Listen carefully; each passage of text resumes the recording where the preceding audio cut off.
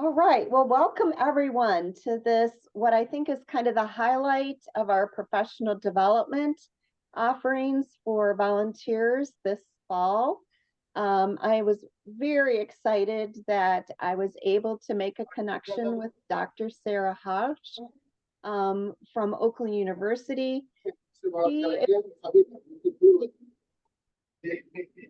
Okay, I'm going to ask folks to mute themselves. Just a minute background noise. Okay, so Dr. Hosch is the faculty director for Oakland University's Center for Excellence in Teaching and Learning. She has a PhD in biochemistry, molecular biology, and biophysics, and she is an instructor in the Department of Biological Sciences. She's also an innovator when it comes to teaching practices. So I'm really thrilled that she's able to be here to talk about a topic that is really near and dear to the hearts of those of us who work in literacy councils, because we're often working with people who have not had great success educationally earlier in their life and could really benefit from a growth mindset. So I'm going to turn this over to Dr. Hosch at this point. Hello, welcome everyone. I'm really glad to be here. I love the opportunity to not just work with faculty on our campus, but also get out into our community. I do a lot of community work. I've done a lot with the elementary and middle schools as my kids have gone through Rochester Community Schools. So this was a really fun opportunity for me to be able to speak to you. So thank you for joining me today. And thank you to Lori for inviting me to come here. She talked a little bit about my history. So I started out in the sciences. I've been teaching at OU since 2008 and moved into working with professional development in the last few years. And this sort of started after I really took a keen interest in understanding how to improve the success of students in introductory biology courses, because it's just a really traditionally difficult class for those students to get through. And I felt like we maybe weren't doing something right in order to give them an environment that would really best support their learning, especially with the diversity of students in the classes. So from there, I've really kind of worked with trying to understand what can we do from multiple different aspects to understand student learning and to really improve the success of all of our students. So today I wanted to talk a little bit about how basically the fundamentals behind mindsets and how we can seed and sustain a growth mindset in whatever types of teaching and instruction that you are involved in. So the way I run a lot of my sessions is I like to be interactive. I like to hear from you all. This is your time to get your questions answered, to talk about things that are going on with you. I also know that sometimes it can be challenging in sort of a virtual environment. So I will be using a program that we can use to sort of answer some of these questions as we go through. So you can choose to do it anonymously if you would like. So to get us started with that, I'm going to put up another slide, and hopefully you guys can see this one. And I'm going to ask us to kind of get to know each other a little bit more. If in the chat, you can kind of let me know who you are, maybe what your background is. And then I'm going to be asking a couple of starting questions. If you can scan the QR code on the screen, or you can log into menti.com and use the code. And we're going to use this throughout our session today, where we'll be able to interact with each other in an anonymous way and actually look and see at sort of everybody's responses, as opposed to, just getting a sneak peek at a few people that we would, if we were all kind of talking together. So I'm going to give us a moment to kind of check in on the chat.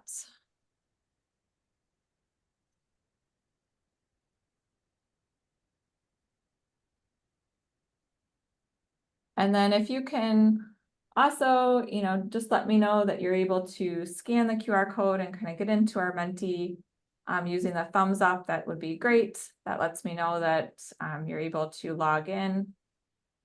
And if you have questions on that, you can kind of throw that in the chat too, or just unmute and we'll try to get it set up for you. This is Lori. To give the thumbs up, you want to go to the React button at the bottom of your Zoom screen. Yep, you can do that, or you can thumbs up in the Menti program also. So either way. Oh, okay. Yep. This is a fun, there are free versions of this. I don't know if you often work with if it's one-on-one, or if you're working with multiple students at a time, or learners at a time. But this is a really fun way to kind of engage who you're working with. It's easy to do online as well. And that way, it takes a little bit of the pressure off sometimes when you've got new learners that maybe aren't quite ready to contribute. So I think it's worth sort of sharing some of the things that we can do as we have our conversation today. Awesome. Thank you so much for all your introductions. We've got retired middle school teachers, retired special education, nursing. Awesome.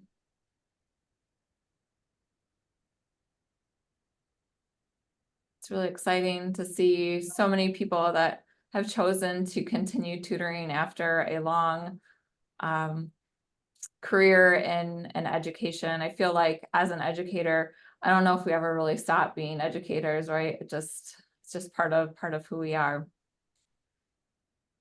Okay, so to get us started and to warm us up with using this and talking with one another, I'm going to give you our first question. And this is, what has been the biggest challenge you have faced in the past year? And you can type in your answer on Menti, and it will populate up on the screen and we can kind of see all the responses. But again, all of this is anonymous.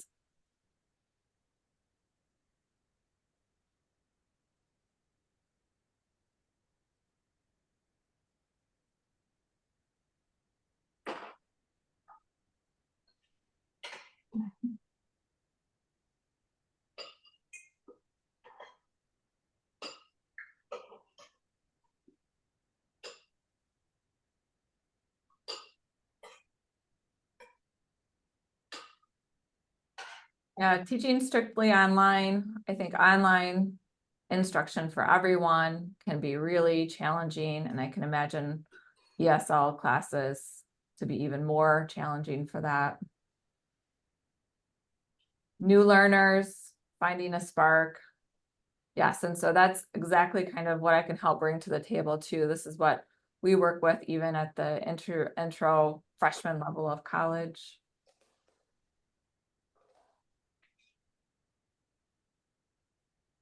Being able to meet versus, oh yeah.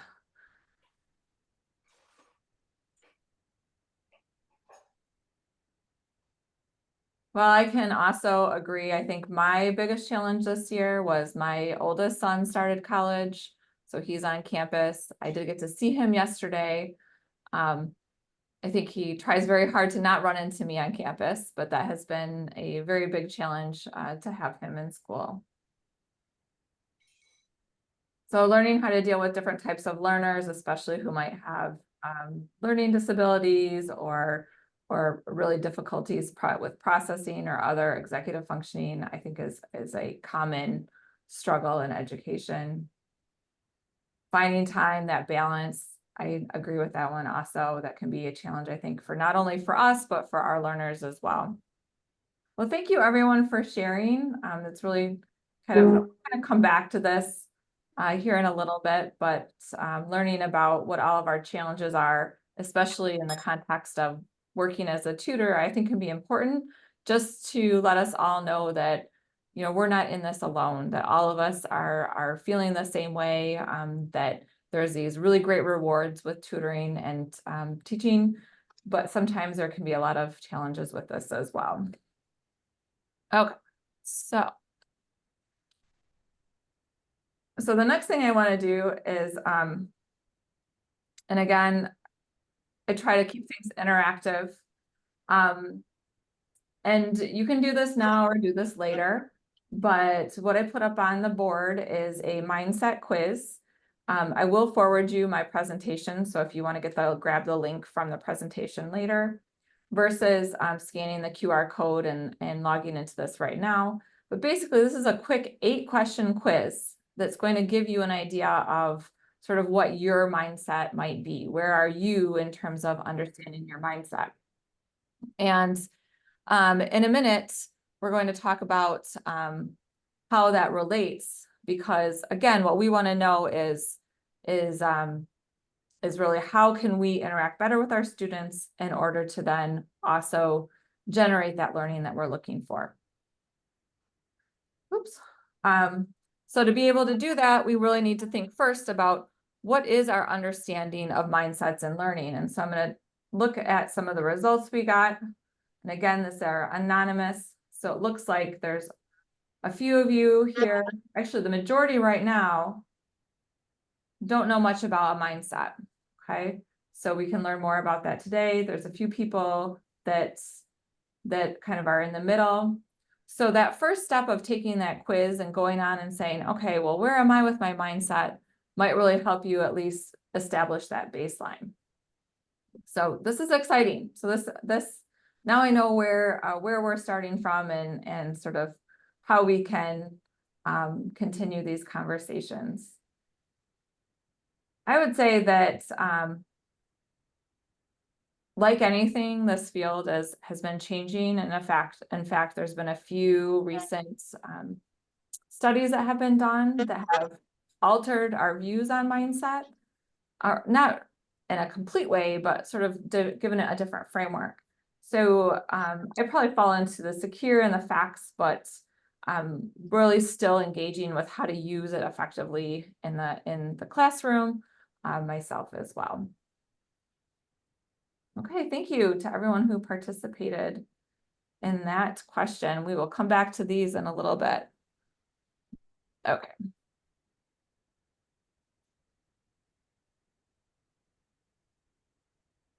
So a lot of what we're going to talk about today comes from work from Carol Dweck, who is a psychologist, and she's been working in the area of mindset for just a super long time. The most recent piece that she's done that we can all sort of have access to is her book on mindset. So I encourage you, if this whole topic resonates with you, to maybe think about picking this up and reading it in more depth later. But one of the quotes I pulled out of this is this one here. I've seen so many people with this one consuming goal of proving themselves in the classroom, in their careers, and in their relationships. Every situation calls for a confirmation of their intelligence, personality, or character. Every situation is evaluated. Will I succeed or fail? Will I look dumb or smart or dumb? Will I be accepted or rejected? Will I feel like a winner or a loser? So how do you feel about that quote? Does that resonate with any of you? Do you see or feel like that's ever been you? Or have you seen this in any of your students before? This is an opportunity you can share either in the chat, or you can unmute and share if you would like as well. Yeah, I think students, particularly English language learners, are afraid to speak because they don't want to make a mistake. Yeah. It's hard to get them started. Is that true for anyone else? That's true for me sometimes. I'm afraid to speak too. So thank you very much. I'll let them know. Thank you. Yeah, that call went through. Yes, especially when trying something new. Yep, thank you, Sarah. Anyone else feel like any of this is true for them? Yeah, I think I chimed in. I have a problem with the student. She's very intelligent, and I know because she can have a back and forth conversation with me, but starting one is difficult. I'd like to know if there's a key to get her to be motivated to start a conversation. Yeah, that's a really good point. We're going to come back to that in a little bit here and thinking about, well, once we start recognizing what's going on, what can we do to kind of help students, especially in these situations.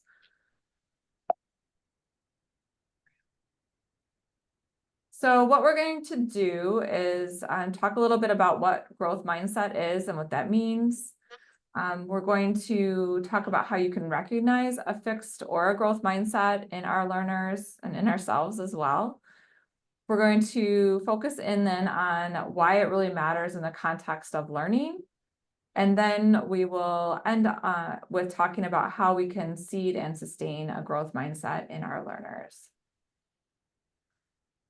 So the first part to talk about is really, what is this idea of a mindset? What does this mean? And it's pretty broad. The idea just is that it's a belief, an attitude, perceptions about yourself, others, and the world around you. So it's pretty broad. This is basically just, how do we see things? Almost, if you can imagine this being like a lens that you choose to look at the world through. Sometimes we say things like, oh, it's a rose-colored lens. Mindset is kind of like this lens. It's how we begin to interact with our environment, what we use to interact with our environment. Now, a lot of this work that's been done and the focus has been on young learners, so children. Are your learners, do they tend to be younger, or are they adult learners? For all adults, at least Adult 18. learners. Okay, so I pulled this video because I think it's important to kind of see the relevancy with not just children, but also adult learners. And this is also something, it's kind of a technique you can use when you're working with someone to almost convince them that there's room for this type of growth. So hopefully this will play through. Can you hear the audio on that?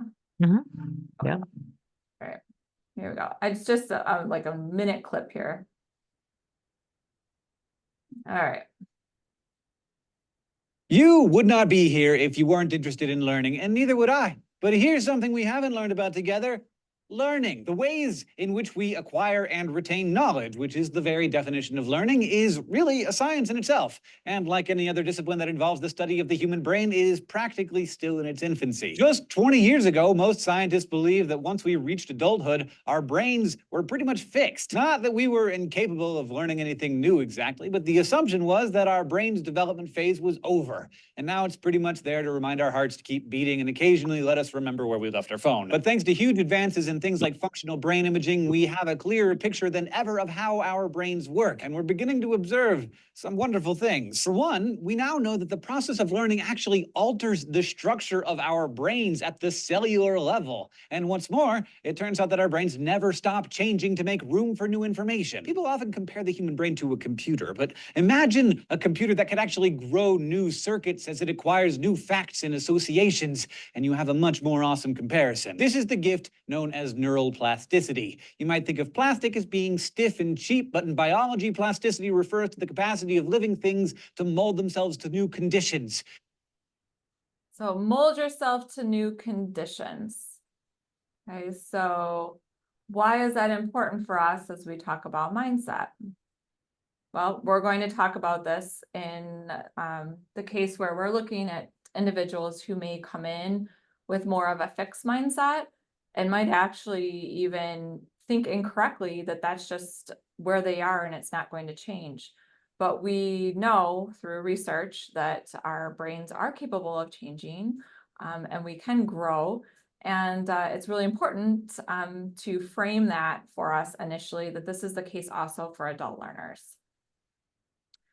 Okay, so there are two main mindsets in learning. The first one is a growth mindset. This really just refers to the belief that abilities and intelligence can be developed through dedication, effort, and perseverance. And this can happen over time. Okay, so in contrast, a fixed mindset is the belief that talents are innate and unchangeable. So it's really a difference between, hey, am I born like this? Is this just who I am? Or do I have room to improve? Do I have room to grow? Can I, with new learning and new challenges, really alter my own learning? Okay. So how many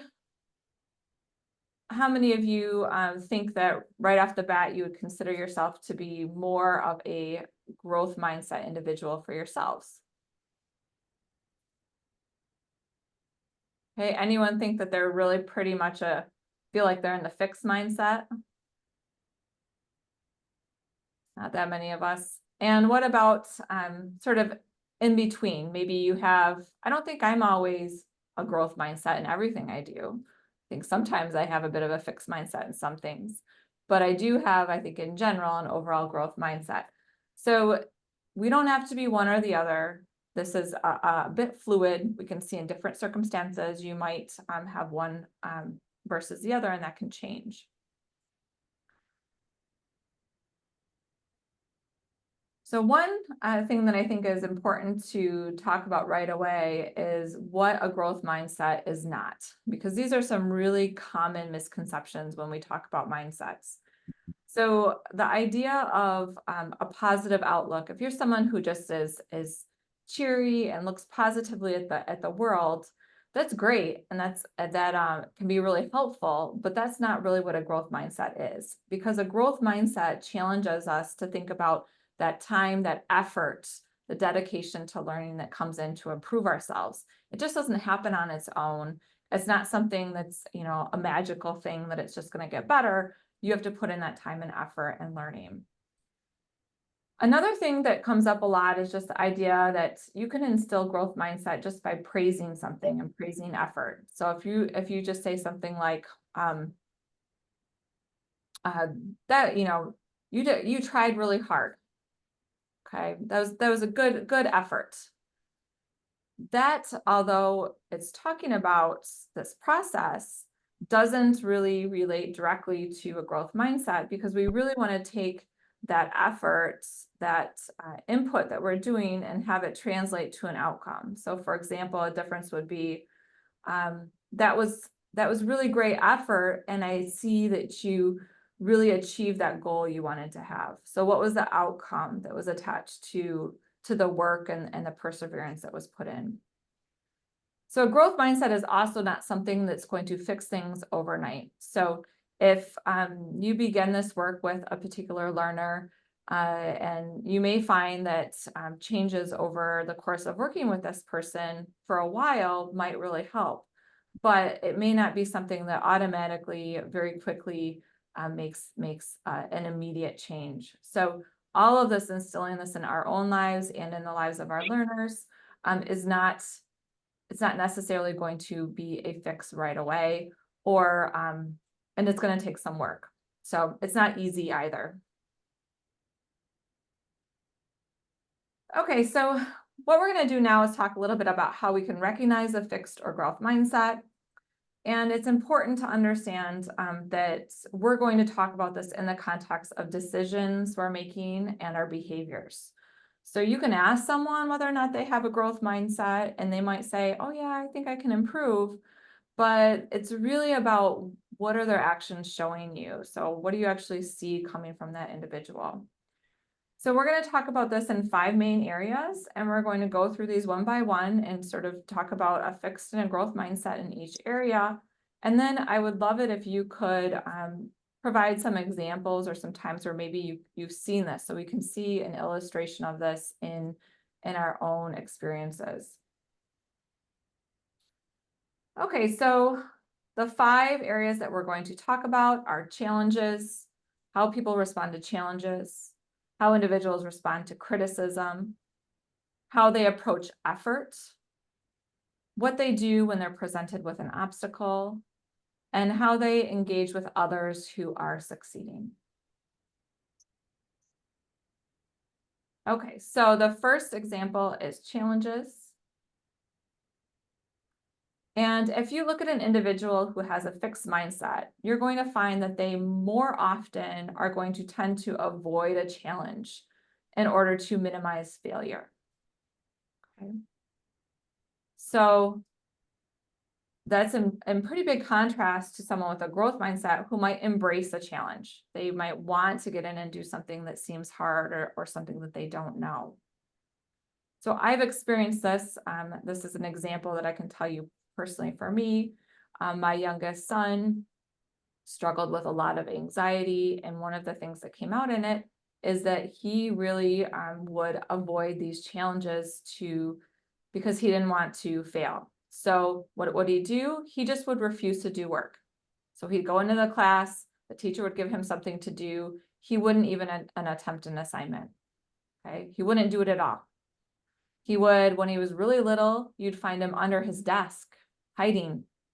Okay, so he did not believe he could do it. He did not have that mindset to be able to say, oh, even though this is a challenge and I don't know how to do this or how to approach it, I'm going to try it anyway. He would refuse to do it outright. Okay. What about this example with a growth mindset? What do you think it means to embrace a challenge? What might you see in one of your learners? Have you seen this in anyone that you've tutored? And you can please feel free to unmic or unmute your mic or to enter into the chat. My first was a mother and a daughter, and they were wanting to pass their test to get their citizenship, and they felt comfortable enough to say, I don't really understand that. Can you explain it to me? They weren't from this country, so they didn't understand about the history of it. And I actually learned a lot too, reviewing all of it. And so they felt comfortable enough to say, just can you explain that again? Which I thought was good. Yeah, and they that's a both great passed their example. test, so they must have gotten it.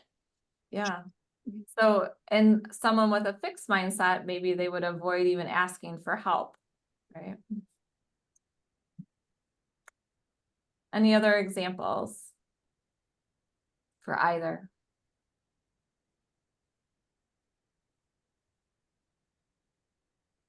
Let's see. So taking on a new activity like joining a conversation group or reading. Yeah. So anything new when you're doing something new and different where you're going to learn something new.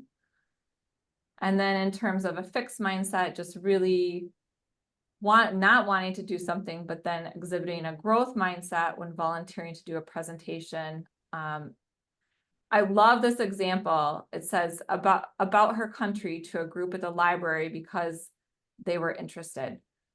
I want to come back to this later, Sarah, because I think you pointed out something really important, that individual found something that this was of interest to them that they could share.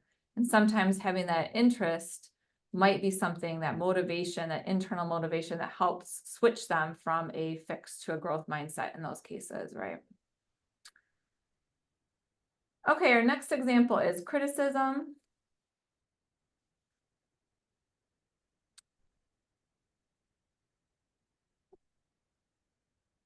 So here, if you have a fixed mindset, someone would tend to ignore feedback from others, and they really have difficulty learning from their mistakes. And this is in contrast to a growth mindset where an individual might engage with errors and then try to correct them. They may exhibit more resilience.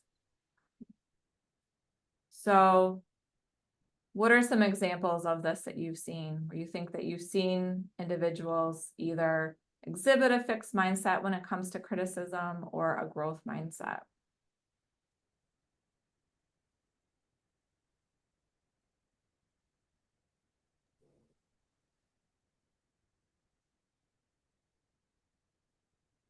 Sometimes it's really easy if you have a fixed mindset to just really hide even something that is hard for you.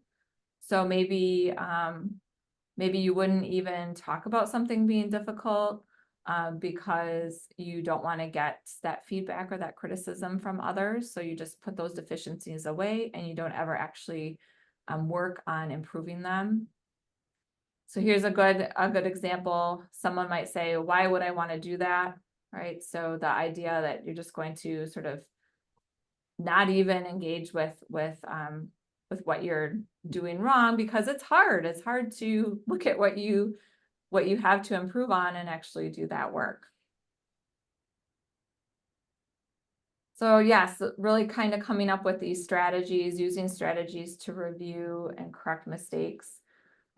This is another really great point, Chris, to be able to come back to later, because one thing we can do is we can maybe provide examples, provide strategies to help them overcome that. So if we see someone who is struggling learning, we can say, okay, here's some different study tools you might be able to use. And instead of having them struggle with taking that next step, we can help kind of guide them through that. Which one of these study tips or study techniques would you like to use? Which one do you want to try next, and get them to engage in that process? Another really nice point, when you learn everyone's afraid of something, it makes them realize it's okay to make mistakes. So we can help combat this by just making our learners understand that they're not alone, that it isn't something that just they're going through. Driving tests. Right now I have a 15-year-old who's practicing driving. So I've got one that's driving and one that is on the way. But my girlfriend's son just failed the driver's training test twice. And that can be really difficult to do, to then get back in that car and try that all over again, right? I can only imagine. So I'm really hoping that doesn't happen to my son too. All right, effort. So an individual with a fixed mindset in terms of effort, they really are going to perceive effort as useless. That like they don't see that there's an end goal coming out of it or an end outcome. They may exert less effort in things. Okay. Whereas someone with a growth mindset might see effort as a way to learn and improve. All right.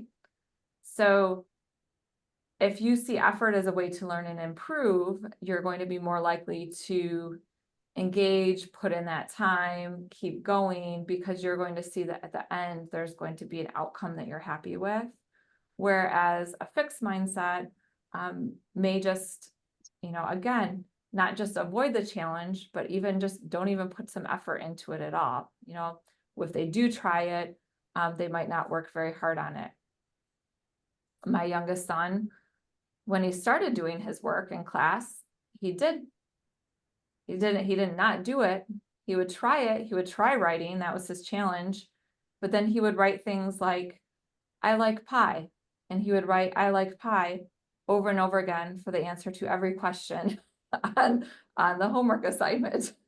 So his teachers would be like, what's going on? Like, he's just talking about pie. And I said, well, that's his way of, that's actually his way of reaching out and saying that something was difficult for him and that he didn't know what to do. So he would just respond with, I like pie. So he started on that road. He kind of got into the challenge of writing, but still the effort wasn't there because he didn't see that he was getting positive feedback or results from that effort he was putting in. Other examples of effort.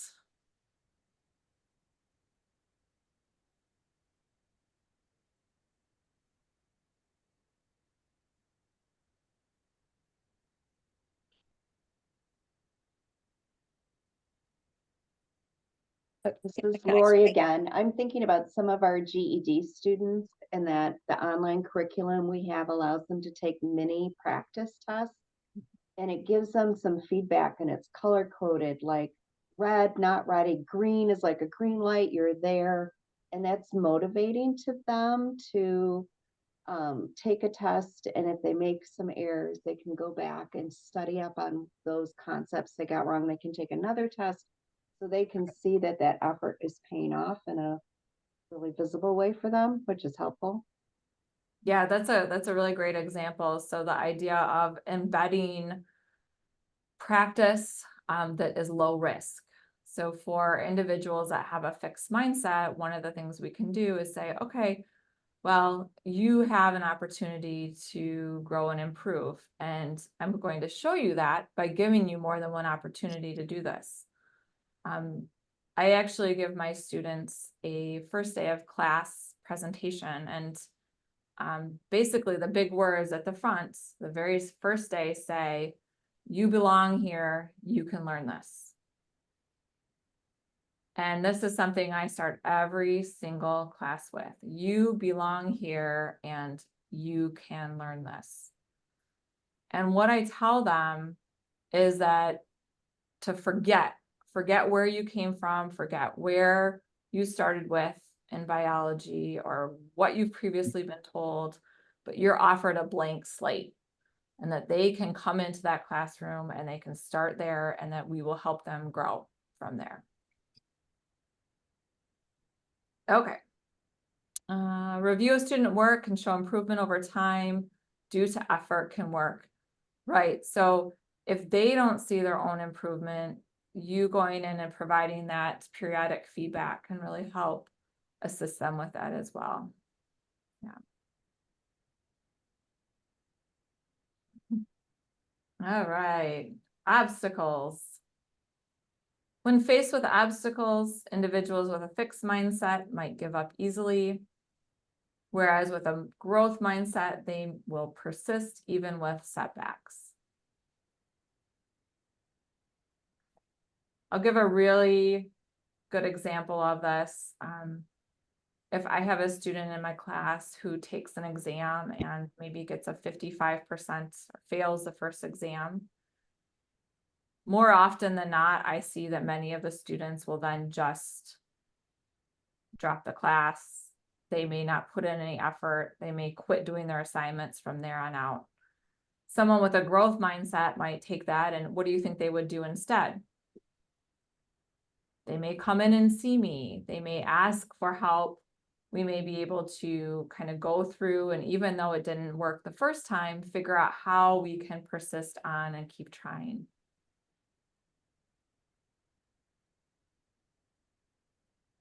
This is another great example. Native speakers make mistakes too. Minor mistakes don't matter. People still understand someone who makes a few mistakes. Yes, that is very, very true. I can say as an English speaker learning Spanish and traveling to Mexico, I still was very nervous about speaking English in Mexico. And I watch a lot of people just really just try languages. And I am just in awe of their ability to have a growth mindset when it comes to use of language, because for me, I think that's a little bit more difficult.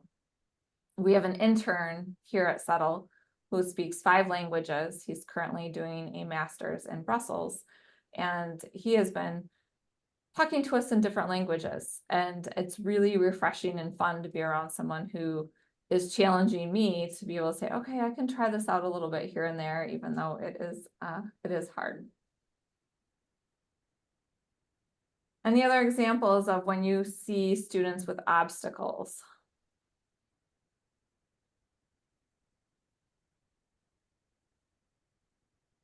So this is Bill. My wife and I volunteer with a after school homework program. And it seems like a lot of the kids don't have like the real fundamental, 3rd graders that can't add up 3 + 4, this type of thing. And it's sort of, they're not getting the practice at home. Right. And, so you've got these kind of built-in obstacles for their success. So then they pretty much figure out, well, they'll even say it, I'm just not a good student. Don't bug me about it. Yeah, it's sad. It's sad to hear that from them. I think that it's interesting because we need to be aware that some of these obstacles, we can't fix them. There's nothing that we can do about some of them. So some of these barriers are present and are going to be present for those learners, and that we can't do anything about those. What we can do is do things about supporting the environment while we have them in front of us and work with them. And I think that's it. That is an important recognition piece, because students come in a lot at the college level, and I am sure at the adult learning level, with very different backgrounds. So that idea of, okay, some may be able to do math really well at the level they should, based on, okay, they've graduated high school, others can't. So what do you do when you have this sort of mix and melting pot of students who are at all these different levels? And this happens to me a lot in biology and sciences, where they might not have all had the same experience level. So that obstacle of saying, oh, well, shoot, I don't remember this from high school. So, but everybody else seems to remember this. So what are they going to then think? I'm the stupid one, right? Because everybody else seems to know this, but they don't. When really it's about the fact that they just didn't come in with the proper background and level. And we have to figure out how can we help them kind of persist. They tend to want to give up instead, because it can be challenging when they see it. The other people around them already know it and already are successful. And then actually is a good tie into the last one, which is success of others. So if you have a fixed mindset, the tendency is to compare themselves to others and are threatened by other people's success. Whereas someone with a growth mindset, they tend to be inspired by others and they will learn from others' success. So inspired by the success of other people versus saying, oh man, that person did really, really great. I can't do that. I don't have that ability to do that. I wasn't born with the smarts to do that. Any other examples of what you might see in individuals with a fixed or a growth mindset when dealing with the success of others?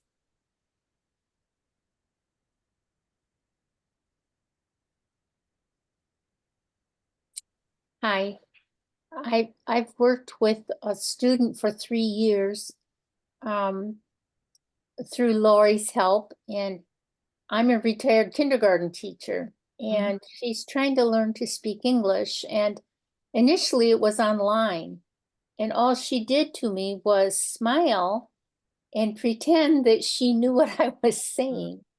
So once I figured that out, we started meeting in person. And she compares, I know herself, her children all speak English because Right. they went to school here.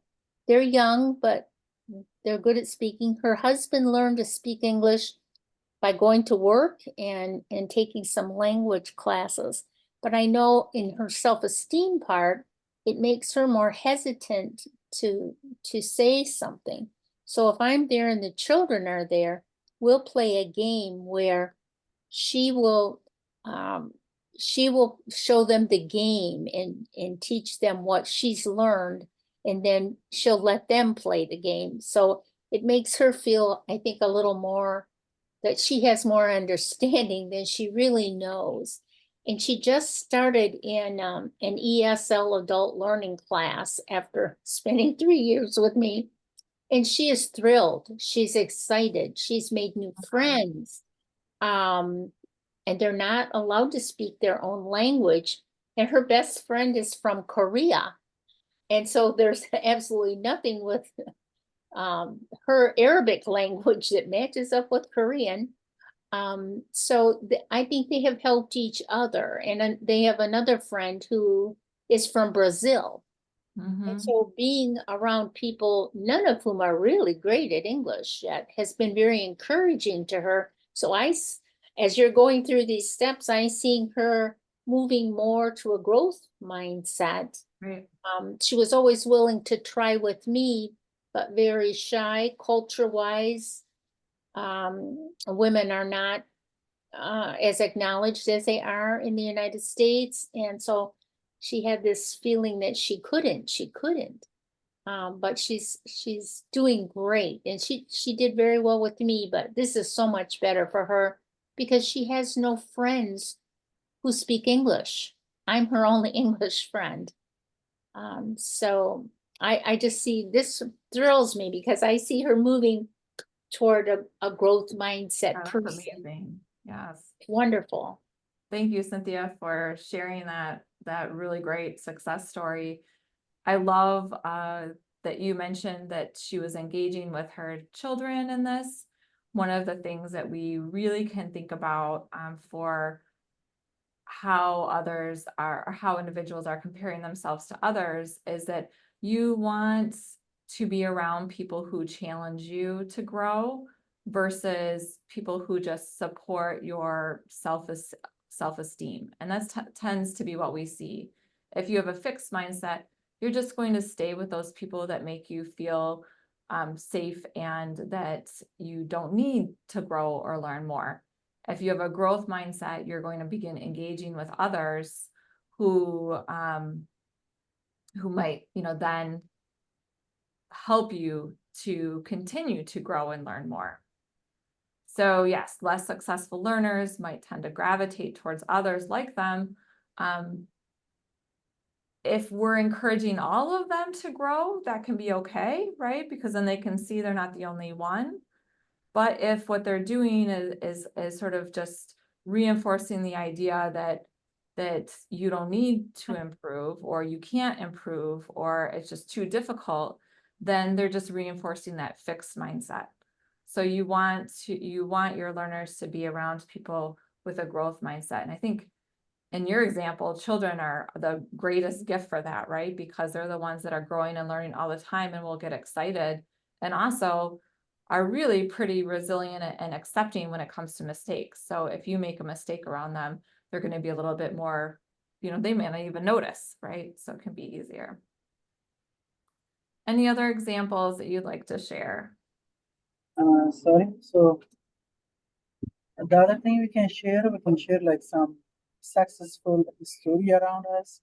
Can be like some examples around in a community or in a nationwide, like people start from that point or finally they reach to their goal.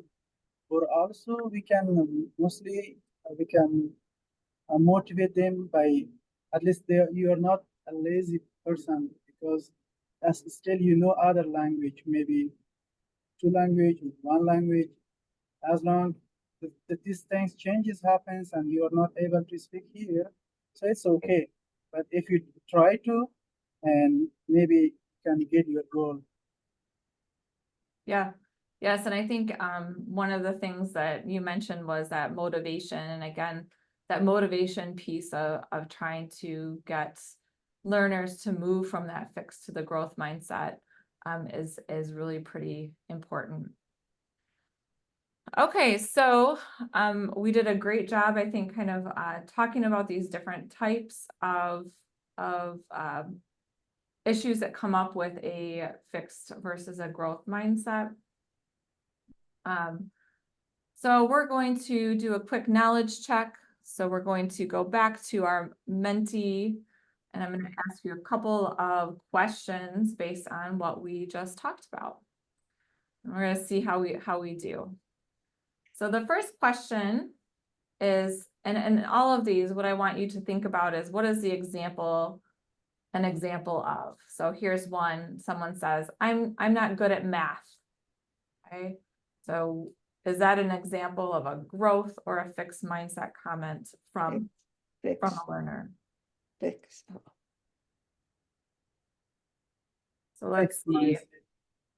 So we've got a lot of votes for a fixed mindset. And I think it looks like we're 100% in agreement on that. I would agree as well. And the difference, and how could we turn this into something that might be more of a growth mindset statement? What would we rather hear from individuals?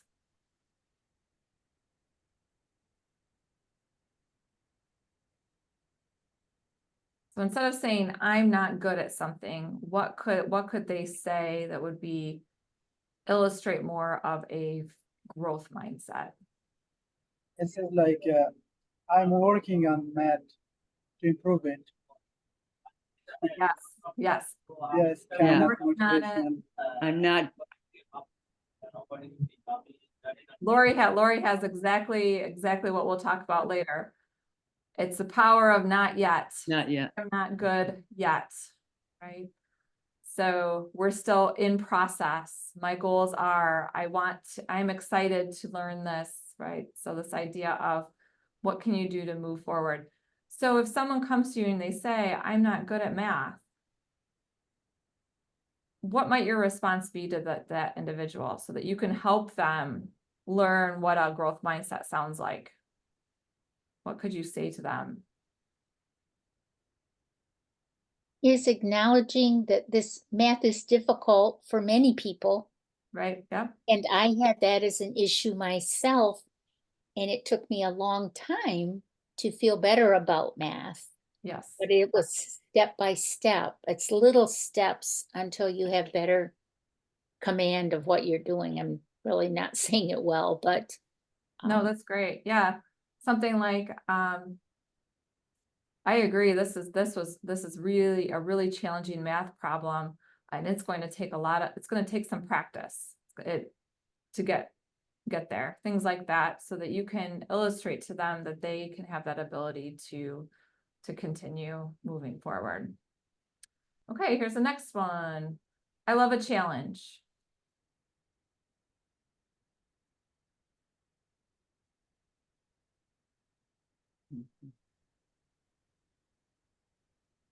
All right, so I think we're all in agreement. That's an example of growth mindset. I love that. I love the comment from Mary. We can have fun working on it. That's another great one to go with. Kind of bridges both of these, right? I love a challenge. And what does that tell us? When you say I love a challenge, what does it say about things that are hard? Willing to learn. Yeah, you're willing to learn, and that it's good to learn. It's good to be challenged, right? So you can say things like, oh yeah, this was really hard for me.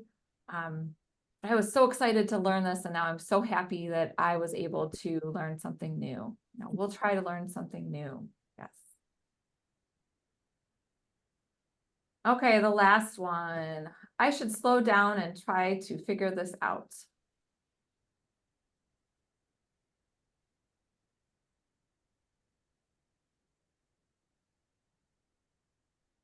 Yep, so this is another really great example of growth mindset. I should slow down and try to figure this out. So even though there's a challenge or an obstacle, something that is hard, this is the idea that if it doesn't come to you right away and you don't know it right that second, you can take some time, you can slow down, you can work on it, and you can work towards trying to figure something out. All right. Thank you for everyone for participating. We did a great job. Oop. Oh, sorry, that was the wrong one on that. We're gonna work on this one here. I'm still learning on my different screens here. Okay, so we kind of talked a little bit about this piece already, some examples of when you've seen fixed or growth mindset in your learners. I now want to just take a second, and I'm trying to be mindful of our time, to reflect on how it affected you and your ability to help those individuals learn. So would anyone like to share what their experiences have been under these situations and how it made you feel as a tutor, as a teacher, as an instructor? How does that influence our interaction with our learners? If you have someone that has a growth versus a fixed mindset, what does that mean for you? You were out of state for a while. Are you back home now?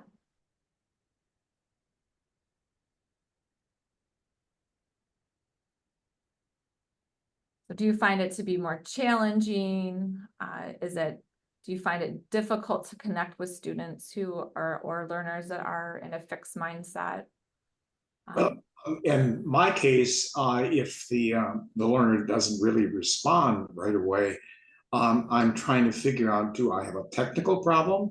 Are they not hearing me? Some breakdown in communication when in fact they just might be afraid to start. Yeah, it's really a great example because it can be difficult to know, especially if someone is just not engaged. How do you know why? What's the explanation behind why they're not engaged?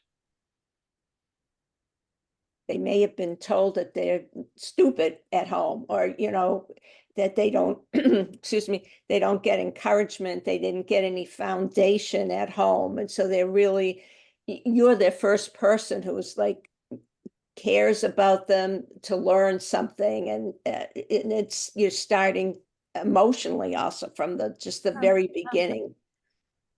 Thanks, Ellen, for sharing. I think that there's two things to think about with that. One is that can be so rewarding, right? When you know that you're there and you're able to emotionally connect with your learner and help them see things a little bit differently.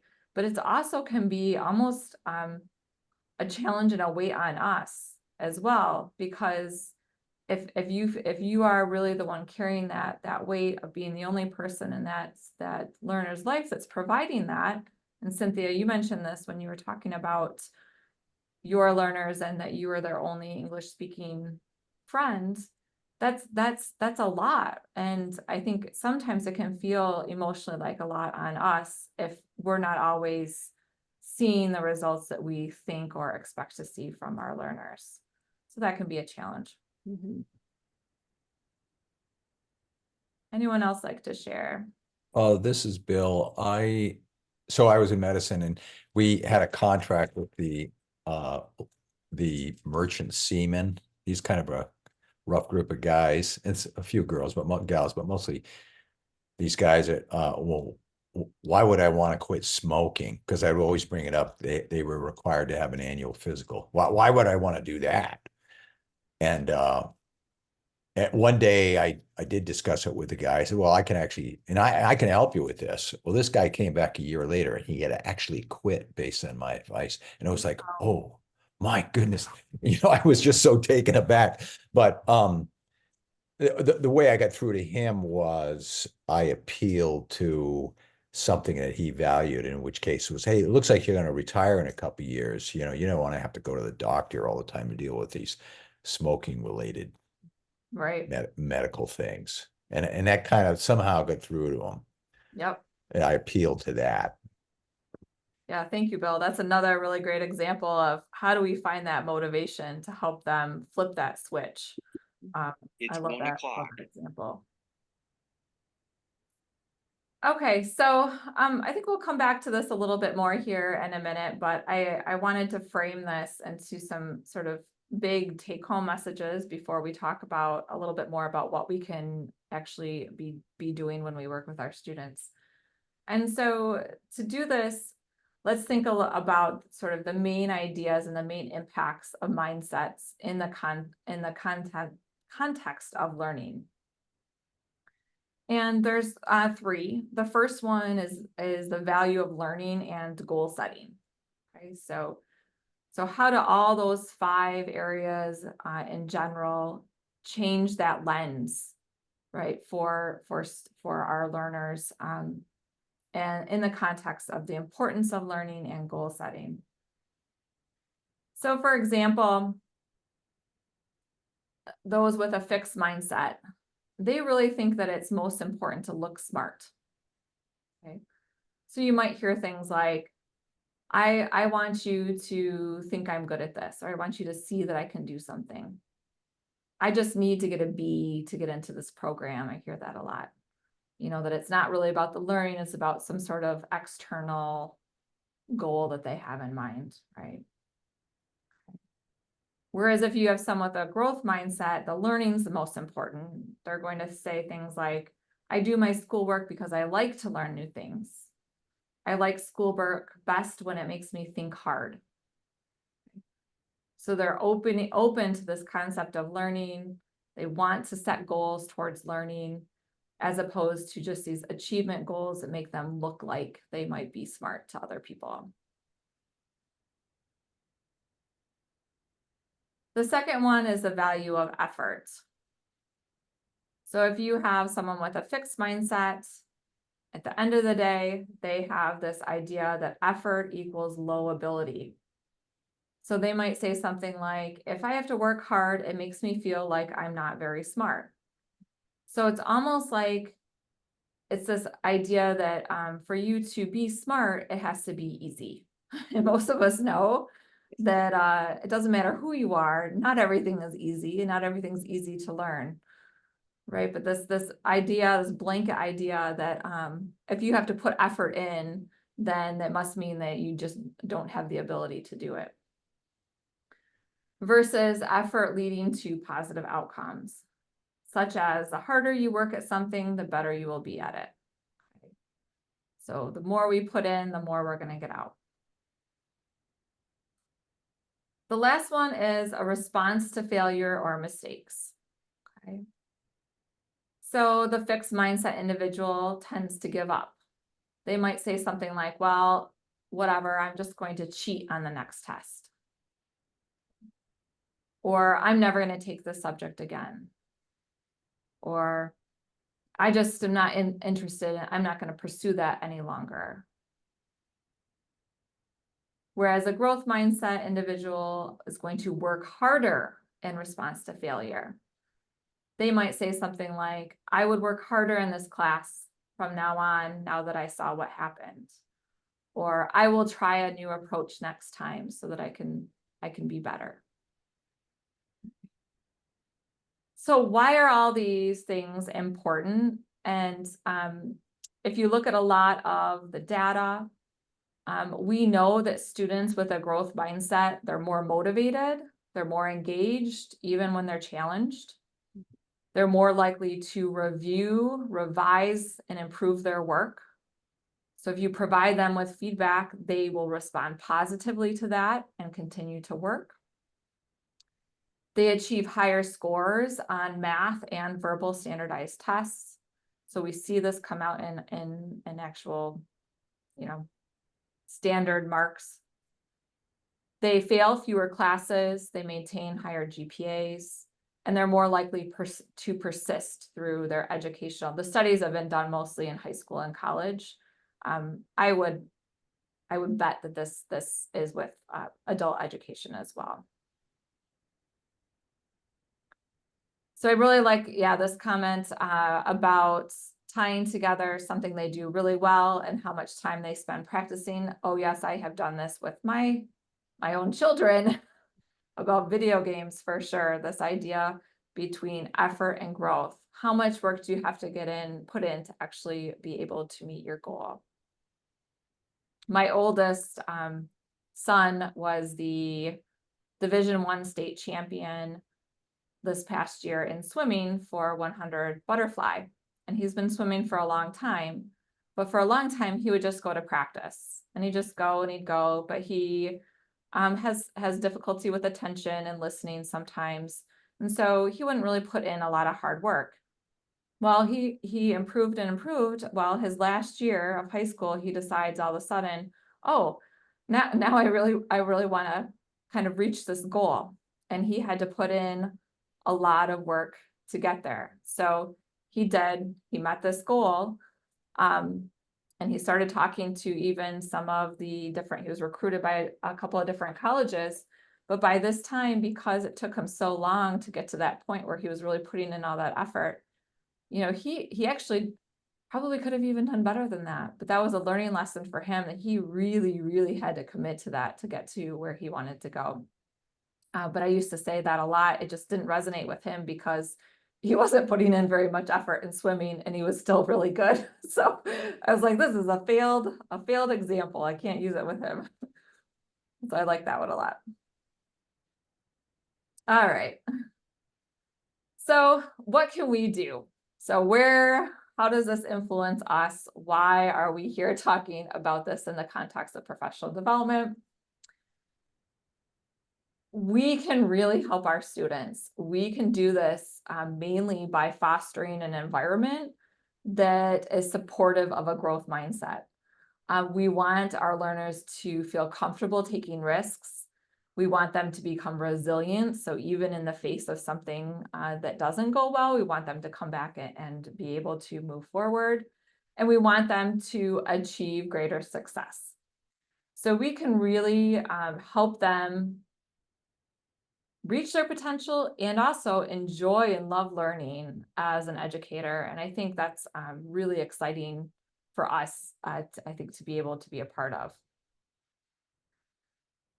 So I'm not going to spend a lot of time on this, but there are some references in here if you are the type of person that wants to go straight to the research that's been done. I gave you a couple of papers that are a little more current here, and also Carol Dweck's work is really relevant as well. The first one just talks about how perceptions of in-class teaching involvement and trust are associated with students' intrinsic motivation. And what this means is students who thought that their instructor was really engaged with them and that they actually trusted their instructor, they were more likely to have intrinsic motivation to do better. So that relationship between the instructor and the student is really important in providing intrinsic motivation for our students. This is 100% true for my kids at home as well. One of my sons told me, said, why do you have this grade in your German class? And he says, well, I just haven't been turning in my work. And I'm like, well, why aren't you turning in your work? I don't think she's a very good teacher. And so I wanted her to know that she wasn't a very good teacher. So I just decided not to do the homework.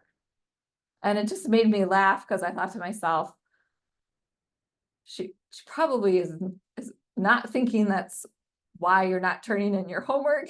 That's probably not her perception at all. But the fact is if he didn't feel like he had a connection with his teacher, he really struggled performing in class. He would check out and he would not put the work in. That relationship, it was probably number one for him in K-12 education. Students experience less motivation and more negative experiences and higher achievement gaps when there's a fixed mindset messaging. And that fixed mindset messaging is coming from the instructor. So if you are basically providing an environment where students don't feel like they can grow, we see that they are not as motivated, and we actually see a higher achievement gap. Are you familiar with the term achievement gap? Does anyone? A little bit. So basically what you can do in STEM, this is really a big deal, is that there are, for example, underrepresented minorities. If you look at the numbers of students that achieve an A versus those that are non-underrepresented minorities, there is a large gap. It's not, we don't see equal numbers. And so this idea that a growth mindset can influence and help ensure that all students are achieving at the same level is pretty important. Trust in instructors and growth mindset are associated with higher engagement and active learning. So again, this idea that the mindset approach as well as that relationship are really critical to have students engage. As they engage, they can begin to take on their own growth mindset. So we talked a little bit about who your learners are, and I loved hearing about what types of students and learners that we're teaching. So I wanted you to just recognize as well and to think for yourself a little bit about how you would describe your learners. And this is important because if we look at learners who identify as first generation or multilingual, or maybe they have different Englishes, or are underrepresented minority or women, there's data to really suggest that growth mindset can be particularly important in helping those learners succeed. Okay. And this can be for a lot of different reasons. When you have a multilingual learners that are maybe coming in from outside of the country. It's not just about the learning, they're also trying to understand our educational system. They're trying to understand our culture and put all of that in the context while they're trying to learn as well. That can be really overwhelming. First generation students, we know already, because that cultural capital might not be there, they might not have the language to use to describe what they're experiencing and what it is required to get to where they need to go, can also be difficult. So, for example, a student or a learner may not know what they really need to do to write, for example, to get a letter of recommendation from someone if they want to start a new program, or a letter of reference if they want to start a new job. They may have a less understanding of what it takes to apply to, an undergraduate program. If you have someone coming in who you're working with in order to move them into another type of learning experience, they might not necessarily know what that's going to look like. So they have to be able to see that they can move forward and that they can take that on as well. So this last one is a really recent article, Growth Mindset Messages from Instructors Improve Academic Performance Among First Generation College Students. So at OU now, we have, like, my class of bio students is 30% first generation. That means they don't have a parent that has gone to college. As an educator, here I came into OU. I went to a small private college. I have a PhD. Then I did a postdoc. I started teaching my class the way I was taught at my small private college. Okay, where it was really less diverse, more affluent. Everyone was all there year round. Everyone lived in the dorms. Here it's much different, right? There was very few first generation students in my classes as a student in undergrad. So what do you think happened when I started approaching my classes that way?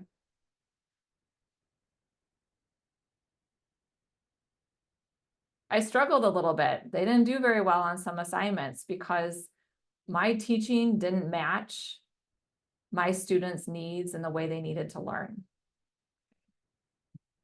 I made certain assumptions about them ahead of time, and that really played into how my first years went here at OU. Yes, I made assumptions about their skills, what they came in with. I made assumptions about how easy it was to get to class, whether or not they were working. We have a large percentage of students that are working. We have students here that are taking care of either their parents or their own children. ESL students who are well educated in their home country are more confident that they can learn English. They are aware that they can learn new things. And that may be in contrast to someone who doesn't have that education level even in their home country, right? So that there is an important distinction to make. So when we consider what we can do for our students and this idea of seeding a growth mindset, I want us all to think a little bit about what this might look like. And this is because we have the ability, I think, to create an environment that's either barren soil or that's fertile soil for our students and our learners. So if you are providing a barren soil, you may not be really thinking about what a growth mindset means. And in fact, you might be modeling a fixed mindset. You might be setting up an environment where students already feel afraid to fail. And they failed before and they come into you and they're afraid to fail again. So in contrast, what would it look like if you provided a fertile soil? So what types of things do you think that you could do for your students even really before they set foot in front of you, to make sure that you're providing a fertile soil.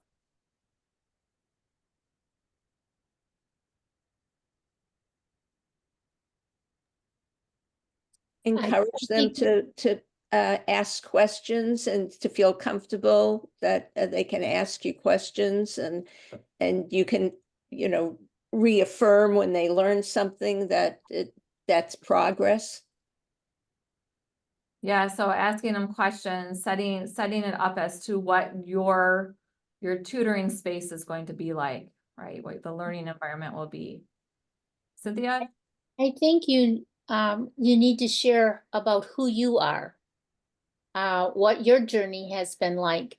This is so ironic for me to hear this. As old as I am, I was one of the first classes at Oakland University. And Wow. when we went there, they said, look to the left, look to the right, those people won't be here. They will not be graduating with you. We had a very high suicide rate of young people living in dorms in particular, because of the attitudes. We had highly professional people who were not teachers. And I'm glad to see this. I mean, I've lived with this for 50 some years, because I was never treated like that before. I was a good student. And I came in when my English teacher used to draw pictures on my writing, like if you had a dangling participle, he hung a man from a noose next to that. I mean, everything that could be awful, and yet people did graduate and move forward. But this is so valuable. And to me, you have to be nurturing. And that's the kindergarten teacher in me. You have to nurture. You have to be able to let kids know, or young people know, that you're just a human being and you have a family. In kindergarten, they think you live in your closet at school. So to me, this is wonderful information. I'm so glad I got to share today. Yeah, thank you, Cynthia. I think what you're hitting on and what I'm trying to provide you with is information about a term we use now called belonging. And basically what belonging is making sure that your learners feel like they can be there and belong in that learning space with you, and that they can achieve that learning. And we really have to think about how if you have someone, they may come in with a little bit of a growth mindset, but what happens if we take that growth mindset seed and stick it in barren soil? It's not going to grow, right? But what can we do if you have a seed that's been in barren soil and we then provide it fertile soil? What can we do? We can help those people learn. We can change their mindset based on that environment that you provide. A lot of what we've talked about today really works on thinking about the ideas of providing motivation, of making sure that we really give them mechanisms to see that they can move forward and succeed. So once we've established this environment, this fertile soil, and we have formed a connection with them, we have told them they can succeed, we really have made sure that they feel like they belong with us. This is when we can start using some of these other tools to help them sustain and persist in a growth mindset. And so some of these, I just kind of put up some examples, and a lot of these we've talked about already, but trying to figure out how to help motivate them and connect with them. So foster those connections, foster those motivational pieces that you've seen in your students, use that positive language.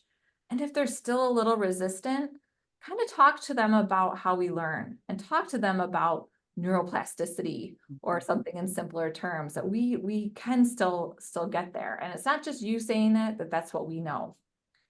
Let them try and make mistakes. Once they make those mistakes, help teach them how to learn from those mistakes, model that type of behavior. You can say things like, let's talk about what we struggled with today and learned from. I'll go first and I'll share, and now you share. Or here's an example of a wonderful mistake I made. Have you made a mistake lately? So you notice I started off today saying, what's your biggest challenge been this past year? Because we've all had challenges, and it's important to recognize those challenges and see what work we've done to move forward for them. Asking for help is a big one. Normalizing that. It's okay to ask for help. We all need help. The help is here for you. This is what we're providing. We want you to ask for help. Giving them that feedback and a constant feedback, thinking about how can you continually try to help them use that feedback to improve themselves. Think about study plans. How might they think about laying out or change their study approaches? Work through that with them as they come up with their own plan. So don't make it for them, but allow them to try that and cultivate that themselves. And using a growth mindset praise. I'll show you a couple examples of that here in the last minute or so that we have. And then hopefully when they get there and every time they get there, really recognize what it is they're doing and give them that positive feedback. So here's just some examples of this growth mindset praise that you might find yourself coming across. And I'm just going to highlight the fertile soil examples. I think the barren ones are pretty self-explanatory. Things like, I like that you took on that challenging project. It's going to take a lot of work, but you're really going to learn a lot. Or, boy, this has been really hard today, but it sure has been fun learning with you. Or, I really like how you use problem solving to answer that question. Or, I notice how all of your practice is paying off. Yes, Mary, thank you for your comment. Coming to them with the ways that work for them as well, thinking about, okay, this way in language might be more difficult. Here's a way we can kind of start and we can build on that and encourage them to take that on. It's a really good example too. So if someone asks you and you're talking to a learner and you think that they might want tips, really emphasizing this value of learning and why it's important, getting to that motivational piece, helping them seek out more challenging work, teaching them to ask teachers for help, and encouraging them to revise their own learning strategies are really simple, easy ways that you can start them on that path. And then with your guidance and with your support, they'll really be able to kind of bloom from there, I think. And so I do have a couple additional references and resources. There's a really good YouTube video on here from Carol Dweck and some other additional reading pieces. But I'll take the last couple of minutes if anyone has any questions or comments that we want to go back with. I've really enjoyed hearing about your experiences, and I hope that you can see one or two things that you would like to do differently as you move forward from here on out.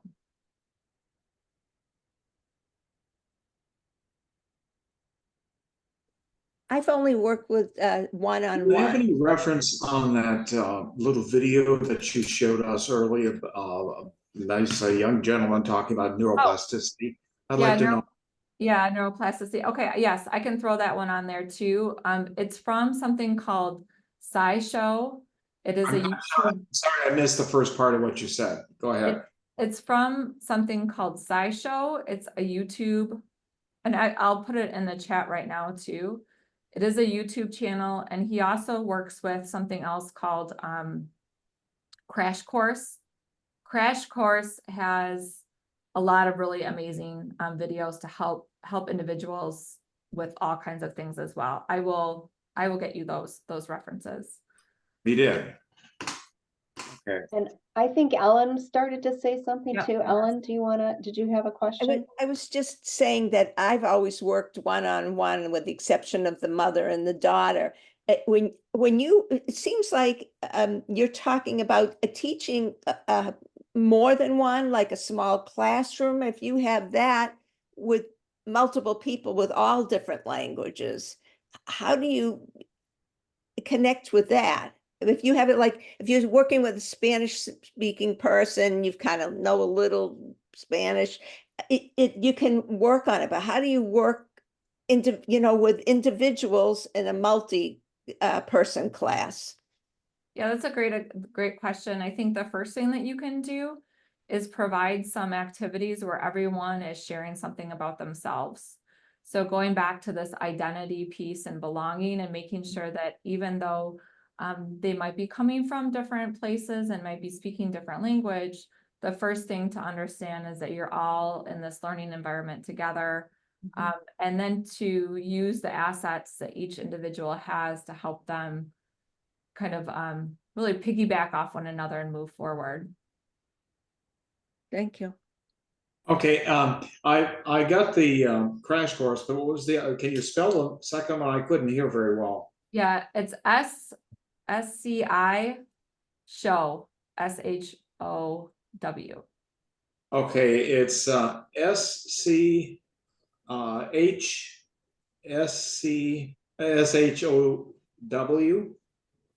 SCISHOW.